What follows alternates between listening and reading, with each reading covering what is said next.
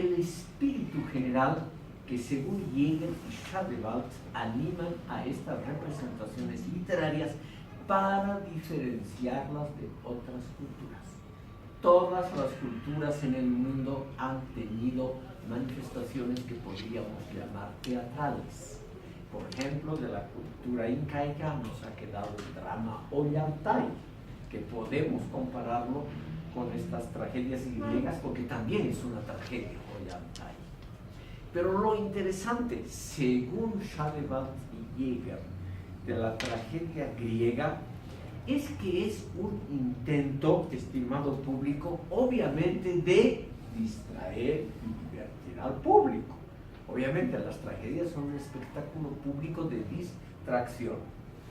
Pero simultáneamente, todas las tragedias griegas de la época clásica apelan a algo nuevo. Tratan de convencer al público argumentativamente. Por eso la enorme importancia de los diálogos, o sea, de la parte que podríamos llamar intelectual.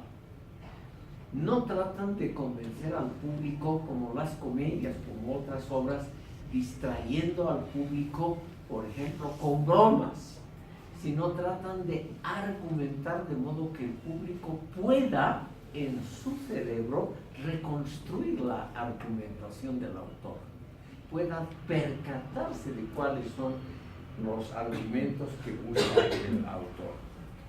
Entonces, la tragedia, aunque tenga origen religioso, seguramente proviene de los juegos dionisíacos, o sea, de la parte menos racional que hay, pero los grandes autores griegos, Esquilo, Sófocles y Eurípides, han hecho un arte estrictamente racionalista, un arte que trata de convencer al público y trata al público de convencerlo de temas muy difíciles, estimado público. No son temas simples, son temas desagradables. Por eso se llaman tragedias, porque terminan todas mal, terminan trágicamente, no terminan en forma feliz, ninguna tiene un final feliz, todas tienen finales desagradables. Y sin embargo eran relativamente populares en Atenas, no tanto en todas las otras ciudades-estados de la Grecia clásica. Quiero mostrarles, estimado público, algunos de los elementos que aparecen en las tragedias que tienen algún valor filosófico.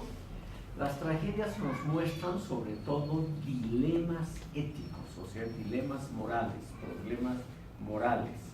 Por ejemplo, la culpa hereditaria, que es algo que a uno le toca sin querer, el destino adverso, por más que el héroe haga méritos, el destino es contrario a él, el comportamiento honroso, aunque inútil frente al destino.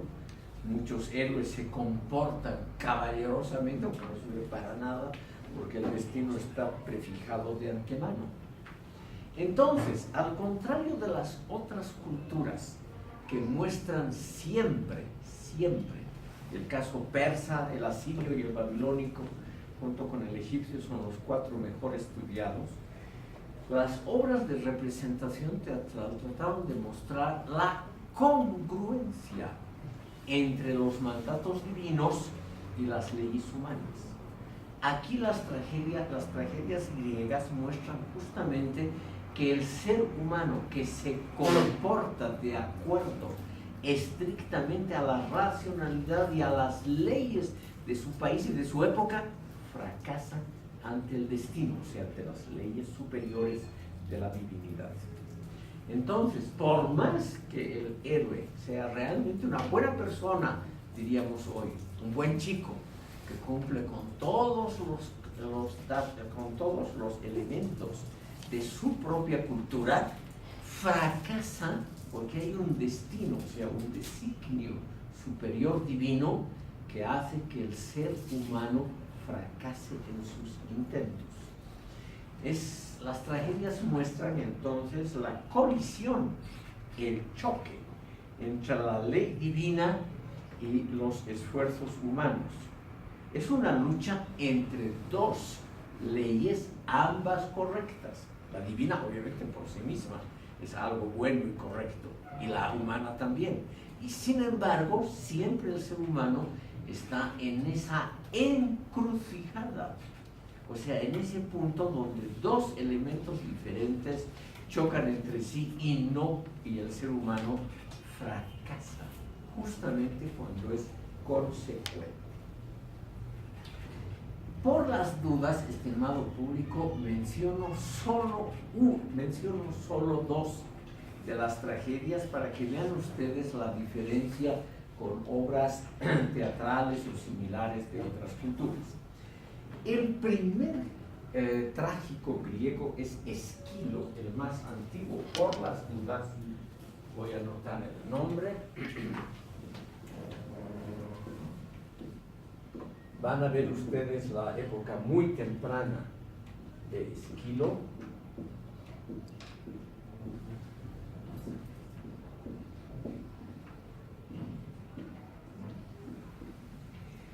Este Esquilo tiene una de sus primeras obras que se llama Los Persas. Toda la actuación está, tiene lugar en la corte, en la capital persa, en Persépolis. Y aquí viene la gran diferencia según Schadewald y Jäger. Porque yo mismo no soy especialista en literatura clásica, yo solo repito opiniones de autoridades, me someto a autoridades y repito lo que han dicho otros. Y estos han dicho que lo grande de los persas de esta tragedia es que Esquilo trata caballerosamente a los enemigos seculares, o sea, de siglos, a los enemigos seculares de los griegos, que son los persas. O sea, la tragedia tiene lugar en el campo persa. La tragedia muestra muy bien la caballerosidad, la dignidad, la racionalidad del comportamiento de los persas. Por lo tanto, es muy diferente a la literatura propia persa o a la egipcia, que siempre trata muy mal a los enemigos, a los otros por excelencia. También hasta las pocas obras que hay de literatura babilónica, naturalmente los enemigos de los babilonios caen muy mal. En cambio, aquí tenemos a un autor que trata de hacer justicia al otro, al diametralmente diferente. Eso sería el comienzo justamente de la tragedia. La otra tragedia que quisiera nombrarla es la tragedia Edipo Rey de Sófocles, que tiene fama de ser la tragedia perfecta, así la ha calificado Aristóteles. Sófocles. Lamento mucho, estimado público, no poder borrar todo, pero ustedes saben que no todo es posible.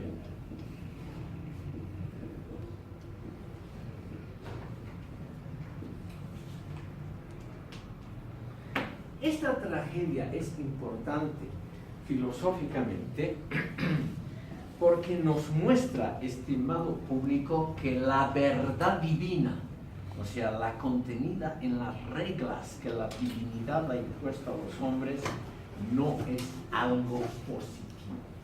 Aquí viene la primera crítica de los dioses. La ley divina aparece no como sublime y salvadora, moralmente edificante, sino la ley divina aparece como destructiva, deprimente y estéticamente horrible. O sea, tenemos a un héroe que fracasa, a un héroe completo que no tiene ninguna mácula y que sin embargo fracasa porque la ley divina lo ha querido así. Él sin querer se ha enamorado de su propia madre, sin saber ha matado a su padre. Él ha hecho todo esto en la mejor intención posible. Sin embargo, le ha salido terriblemente mal. Entonces, el héroe termina ciego. Es una visión, estimado público, de nosotros mismos. Según Sófocles, estamos en el fondo ciegos ante las leyes muy superiores a nuestro entendimiento que dominan el universo. Es una visión pesimista de lo que es la realidad. Y estos pensadores, Schadewald y Jäger, llegan a la conclusión muy interesante, que es lo que les comenté al comenzar la sesión anterior, que el pesimismo es una de las fuentes más importantes de la filosofía racionalista.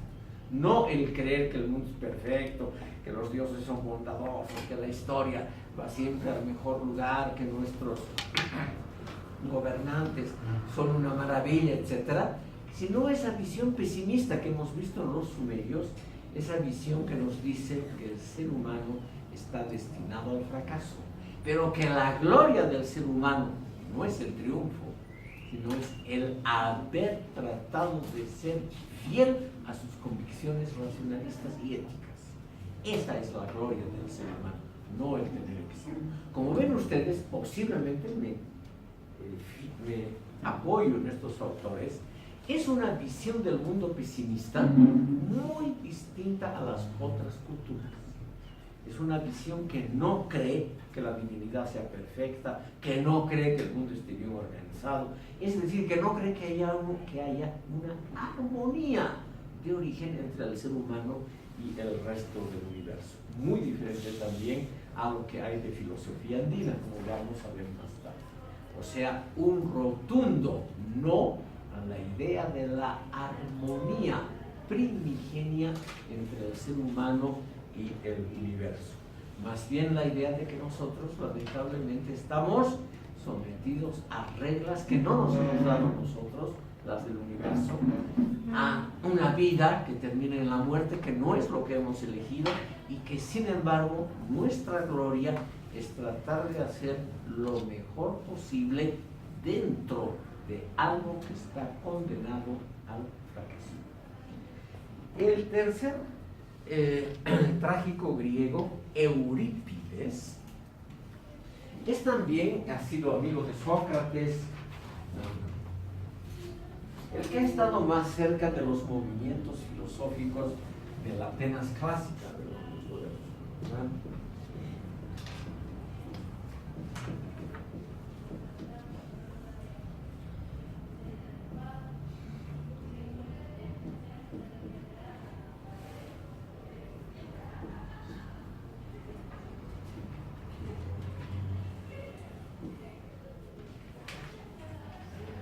Eurípides, según Schadewald y Jäger, habrían fomentado la filosofía griega habría fomentado poderosamente la filosofía griega porque es el autor de la psicología moderna. O sea, es uno de los primeros autores o el primer autor que nos muestra, estimado público, que nuestra psique, podríamos decir nuestra alma, nuestro espíritu, es algo fundamentalmente contradictorio. Nosotros queremos cosas que van en contra de nuestras propias convicciones. Nosotros, y esto es lo más duro de entender, amamos y odiamos normalmente a la misma persona. Y eso no es algo inusual, no es algo patológicamente raro, sino que es lo común, odiar y amar a la misma persona. Los dioses en las tragedias de Eurípides aparecen como ficciones irracionales, a veces como personajes innecesarios para el desenvolvimiento del mundo. Es el primer autor claramente agnóstico.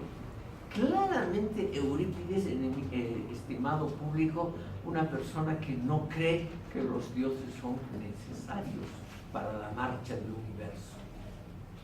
En todas las culturas ha habido ateos y agnósticos, pero ha habido muy pocas culturas, y la ateniense, la griega ateniense es un ejemplo interesante, porque es la primera donde alguien lo dice públicamente y sin miedo. O sea, Eurípides es realmente un caso hace 2300 años o 2400 años, estimado público, un personaje realmente muy interesante por su actitud abiertamente agnóstica y por su idea de que los dioses solo entorpecen la vida del universo. Y finalmente Eurípides es interesante, con eso vamos a cerrar, porque son los primeros dramas donde las mujeres son extremadamente importantes. Casi todos los dramas de Eurípides tienen nombres de mujeres, como Medea, etc. Y estos personajes no son tampoco una maravilla ética, son como son los seres humanos, o sea, terriblemente personajes complejos, estos personajes femeninos, que nos muestran que el ser humano en su interior, en el interior de su psique, es un ser humano destinado al conflicto, no a la armonía, sino que dentro de nosotros tenemos también los rasgos de irracionalidad y de autodestrucción que terminan muchas veces con nuestros mejores propósitos. En una palabra, estimado público, la cultura griega, sobre todo la ateniense, los tres eran atenienses, estos trágicos, la cultura griega sería una cultura que nos muestra problemas y dilemas, y no alabanzas de dioses y héroes. Y por lo tanto sería un avance hacia el racionalismo que posiblemente haya tenido lugar, como dice Schadenmatt, en muchos lugares del mundo, pero los primeros, los griegos, les corresponde entonces ese mérito y esa especificidad filosófica. Aquí, estimado público, vamos a hacer una pequeña pausa y vamos a seguir con la función de la retórica en el pensamiento griego original, y luego vamos a entrar directamente a los presocráticos, solamente a aquellos que nos pueden mostrar una diferencia con pensamientos de otras culturas.